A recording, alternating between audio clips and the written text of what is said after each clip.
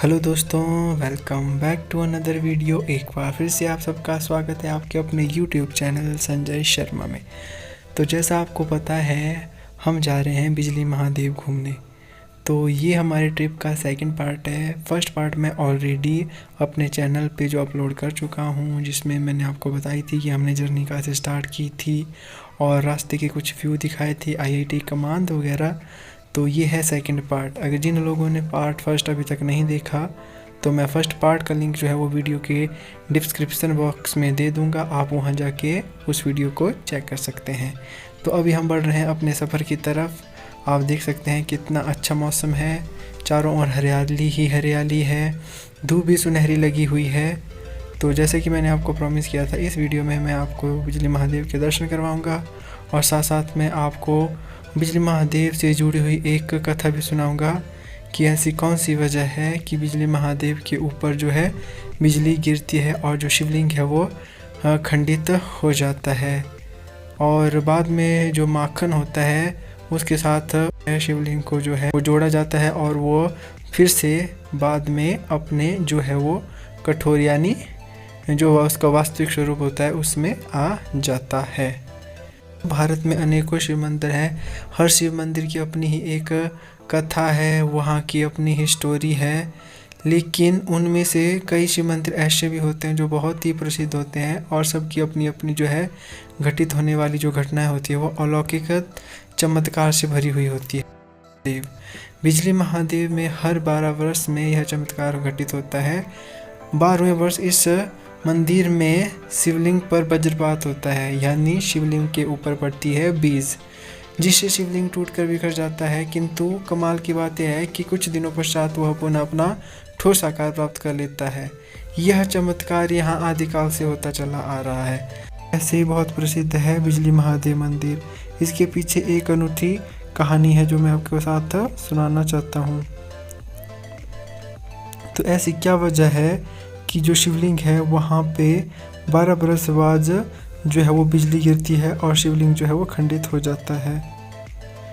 तो यह एक बहुत बड़ा रहस्य है कि बिजली सिर्फ मंदिर पर मंदिर में जो शिवलिंग है उसी पे गिरती है और अतिरिक्त कहीं भी नहीं गिरती। आप सोच सकते हैं कि जो बिजली गिरती है वो सिर्फ और सिर्फ शिवलिंग के ऊपर ही गिरती है और किसी को उसकी वजह से कोई चोट नहीं लगती और कहीं भी जाके बिजली नहीं गिरती। बिजली जब गिरती है शिवलिंग के ऊपर तो शिवलिंग होता है वो टूट जाता है और उसको मक्खन के द्वारा क्या किया जाता है, फिर से जोड़ा जाता है। और ये शिवलिंग जोड़ने के बाद कुछ 1-2 दिन बाद ये क्या हो जाता है, फिर से जैसा ये पहले था वैसा ही हो जाता है। ऐसा लगता है जैसे इसके ऊपर कुछ हुआ ही ना हो, यानी बिजली ही ना गिरी हो इसके ऊपर। तो ये कह सकते हैं कि शिव का ही चमत्कार है, भोलेनाथ की ही कृपा है, उन्हीं की वजह से ये सब कुछ होता आ रहा है। तो जो पौराणिक जो यहाँ के स्थानीय निवासी लोग मतलब कई टाइमों से सुनाते आ रहे हैं, तो उनका क्या कहना है, इस क्षेत्र के पास कुलांत नामक एक दैत्य रहता था। तो कथा यह है कि जब प्राचीन समय था, जो ये हमारे पास बिजली महादेव क्षेत्र है, इसके जो आसपास था एक दैत्य रहता था जिसका नाम था कुलांत। एक दिन उस दैत्य ने विशालकाय अजगर का रूप धारण किया और नागगणधार से होता हुआ मंडी के गोगधार आ पहुँचा। फिर वहाँ से लाहौल स्पीति को होता हुआ मथान गाँव आ गया और वहाँ पे आके वो क्या गया, पूरे व्यास के ऊपर जो व्यास नदी है उसमें बैठ गया कुंडली मार के। और उसकी कुंडली मारने से, क्योंकि वो बहुत विशाल था, तो उसके कुंडली मारने से जो विशाल का व्यास है उसका सारा का सारा पानी जो है वो रुक गया। उसने ऐसा इसलिए किया, वह चाहता था कि व्यास का पानी भर जाए और ये जो गांव है आसपास का सारे लोग उस पानी की वजह से डूबकर मर जाए। जब भगवान शिव शंकर को यह बात पता चली तो वह कुलांत को रोकने के लिए पहुँचे। कुलांत जैसे शिव विशाल के अजगर, मतलब कुलांत बहुत ही विशाल था, तो उसको रोकना बहुत आसान नहीं था, उस पर काबू पाना बहुत कठिन था।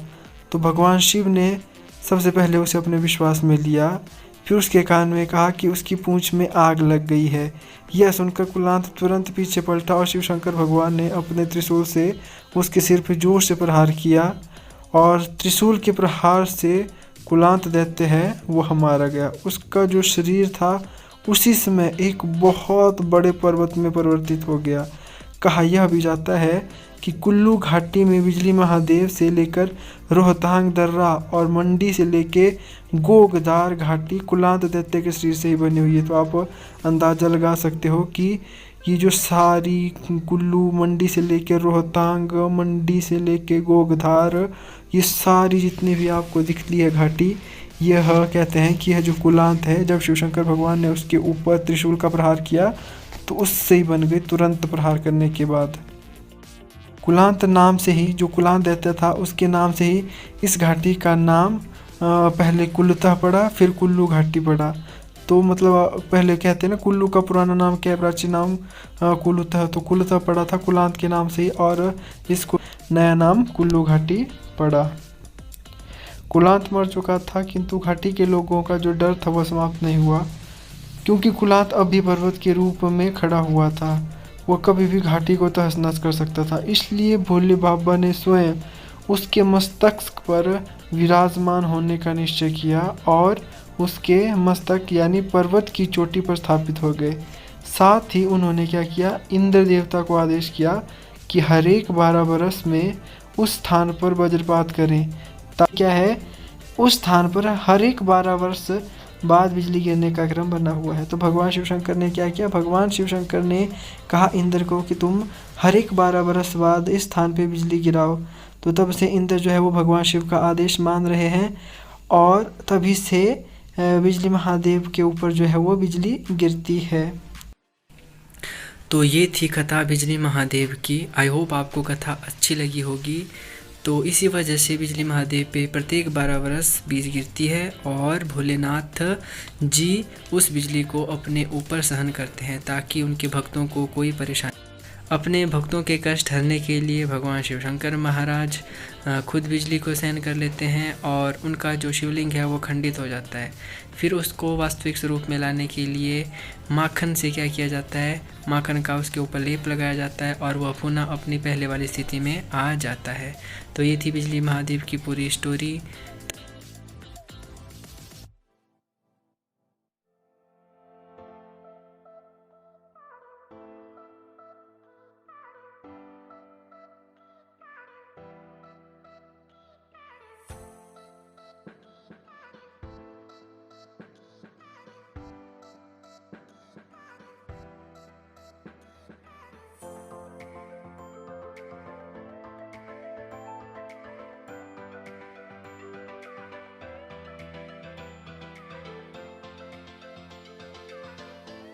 $2,000 years later. तो अभी हम पहुंच गए भुंतर मार्केट। तो यहाँ से कुल्लू महज 11 किलोमीटर दूर और वहाँ से बिजली महादेव 23 किलोमीटर। अब हम अपने मंजिल के नज़दीक। अगर आप बिजली महादेव आना चाहते हैं बाय एयर तो आप एरोप्लेन या हेलीकॉप्टर के थ्रू भी आ सकते हैं। जैसा आप लोगों को पता ही होगा, भुंतर में जो है हवाई अड्डा है, तो यहाँ पे जो है जहाज़ वगैरह आते रहते हैं। तो आप बाय एयर आ सकते हैं और यहाँ से टैक्सी या फिर बस में कुल्लू से फिर से वही बस ले लो या वहाँ से टैक्सी ले लो और आप पहुँच जाओगे बिजली महादेव। तो ये कुल्लू मार्केट को क्रॉस करने के बाद हम पहुँच चुके हैं अब बिजली महादेव वाले लिंक के ऊपर। तो यहाँ से बिजली महादेव बचता है अब 23 किलोमीटर, 4 या 5 किलोमीटर हम आगे आ गए हैं। तो अभी हम उतर गए गाड़ी से, क्योंकि गाड़ी आगे नहीं जाएगी। जो रोड थी बिजली महादेव की वो यहीं तक है। अब आगे का सफ़र हमें पैदल ही तय करना पड़ेगा। तो देख सकते हैं आप, और टूरिस्ट भी आए हैं आज बहुत, तो उन्होंने भी अपनी गाड़ी यहीं पार्क की हुई है। तो उस साइड हमने अपनी गाड़ी पार्क की है। तो आप देख सकते हैं मेरे साथ है आरोही। ये गाड़ी में वैसे सो गई, ये पहले सो गई थी, ये अभी थोड़ी देर पहले ही उठी है। तो अभी हमें यहाँ से करना होगा पैदल सफ़र, 1 या 1.5 घंटा लग जाएगा हमें ऊपर पहुँचने के लिए मंदिर में। तो अभी चलते हैं यहाँ से आगे। तो यहाँ से है पैदल सफ़र। आप देख सकते हैं आसपास का व्यू। नीचे है कुल्लू शहर, एप्पल के ट्री लगे हुए हैं यहाँ पे और देवदार के वृक्षों की ठंडी ठंडी हवा चल रही है। ये हम आरोही आ रही है मेरे साथ। तो अब ले लेते हैं खाने के लिए कुछ कोल्ड ड्रिंक वगैरह और निकलते हैं यहाँ से और बढ़ते हैं अपने मंजिल की तरफ। तो यहाँ पे दीदी और जीजू खाने के लिए कुछ ले रहे हैं, जूस वगैरह। तो खाने के लिए लेते हैं और निकलते हैं सफ़र पर आगे।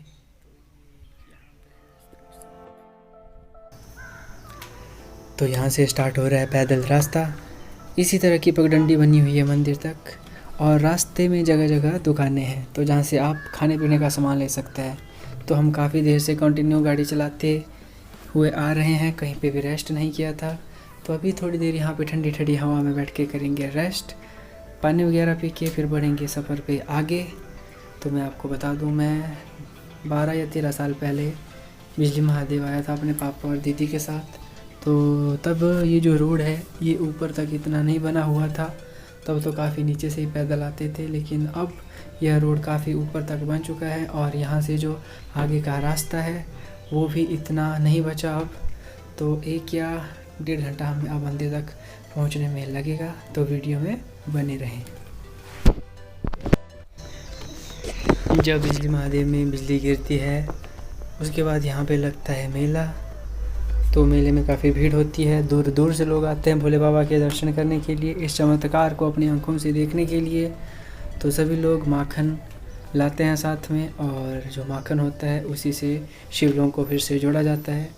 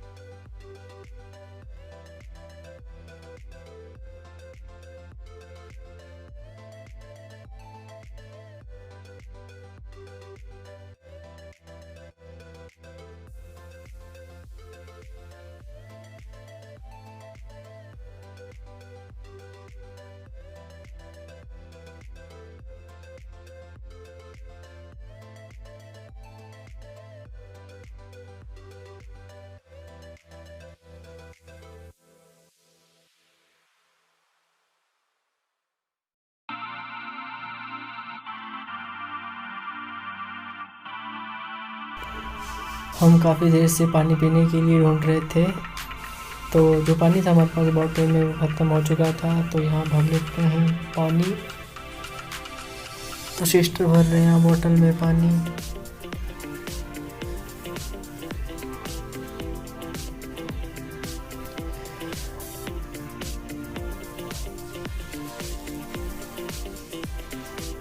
तो पानी पी लेते हैं।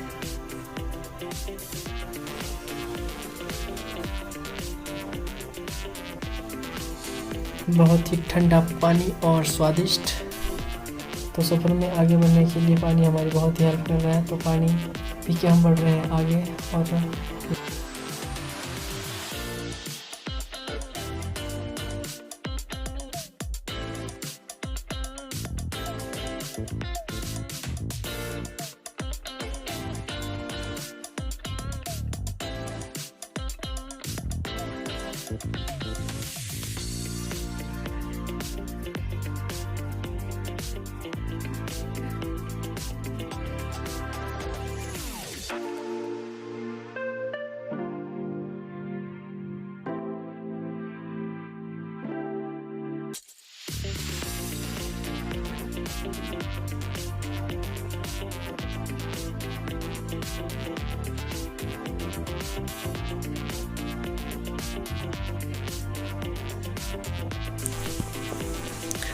तो अब मंदिर में हम लगभग पहुंचने ही वाले हैं।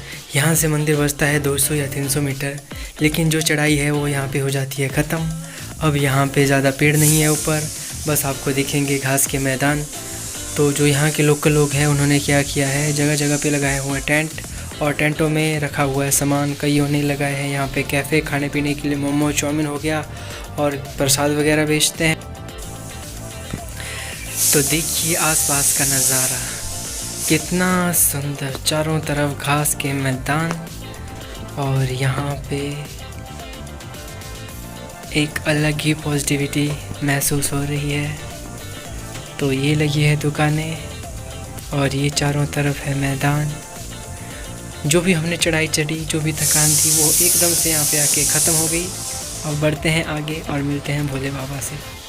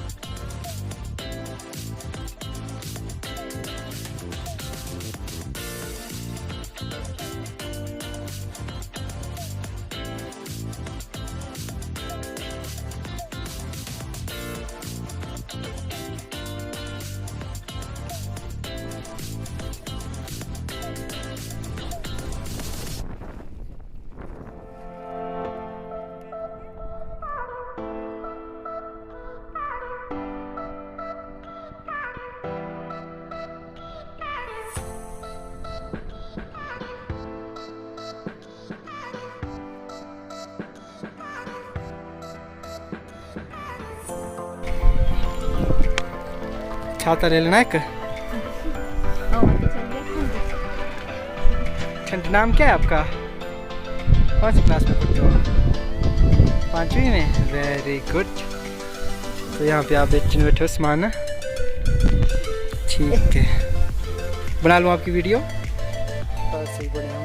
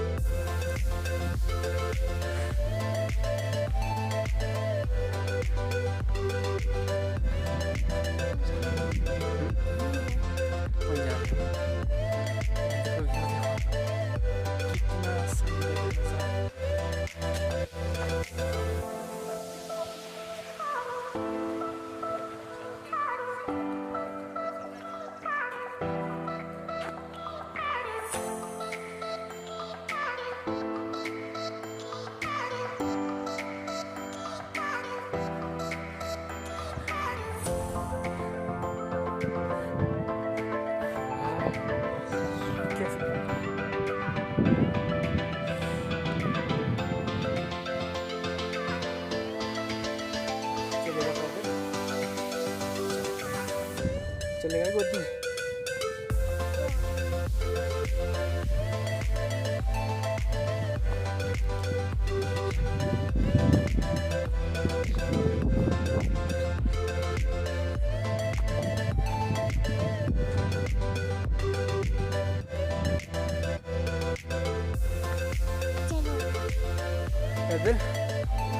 चलो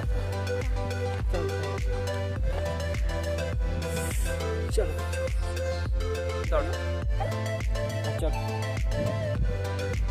आराम से चलना, आराम से। और कोई बात नहीं, मैं करता हूँ नीचे। चलो चलो।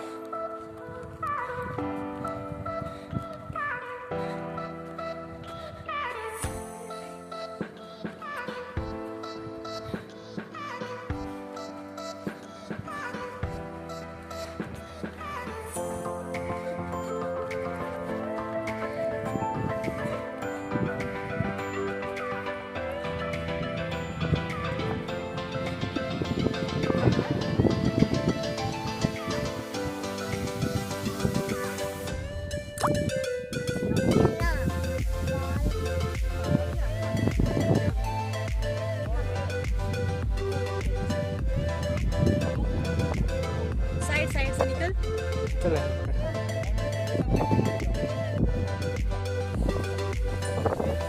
वीडियो बहुत ही लंबा हो गया है, इसी वजह से वीडियो को यहीं पे करता हूँ एंड। अगर वीडियो अच्छा लगा हो तो वीडियो को ज़रूर से लाइक कीजिए, चैनल पर नए हैं तो चैनल को सब्सक्राइब और बेल आइकन दबाना ना भूलिए। मिलते हैं नेक्स्ट पार्ट में, और जो आगे की जर्नी है उसको पूरी कवर करूँगा 3rd पार्ट में। Thank you for watching, bye bye, take care.